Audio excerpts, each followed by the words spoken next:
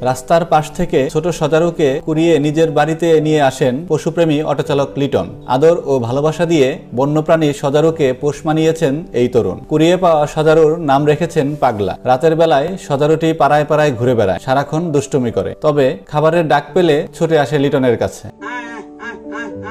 বিলুপ্ত প্রাণী সজারু পোষ মানানোর ঘটনাটি ঘটেছে টাঙ্গাইলের ঘাটাইল উপজেলার কুশারিয়া এলাকার অটোচালক লিটন মিয়ার ঘরে। বাড়ির এক কোনায় গর্ত করে বাসা তৈরি করেছে সজারু। খাবারের সময় হলেই গর্ত থেকে বের হয়ে আসে। সজারুর জন্য ঘরের বাইরে ঘুমানোর জায়গা বানিয়ে দেওয়া হয়েছে। সজারুটি সারা বাড়ি নির্ভয়ে ঘুরে বেড়ায়। এক বছরে এলাকার লোকজনের সঙ্গে দারুণ সখ্যতা হয়েছে বন্যপ্রাণী এ সজারুর। লোকালয়ে নিজের মনের মতো ঘুরে বেড়ায়। ও আমার সমস্ত কথা শোনে। ও আমার কাছে একটা সন্তানের সমতুল্য।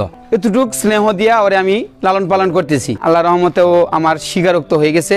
ওর ভিতরে আদর্শ আছে, বেইমানি নাই। যদি বেইমানি থাকতো তাহলে ও বাইরে জায়গা আর আসতো না।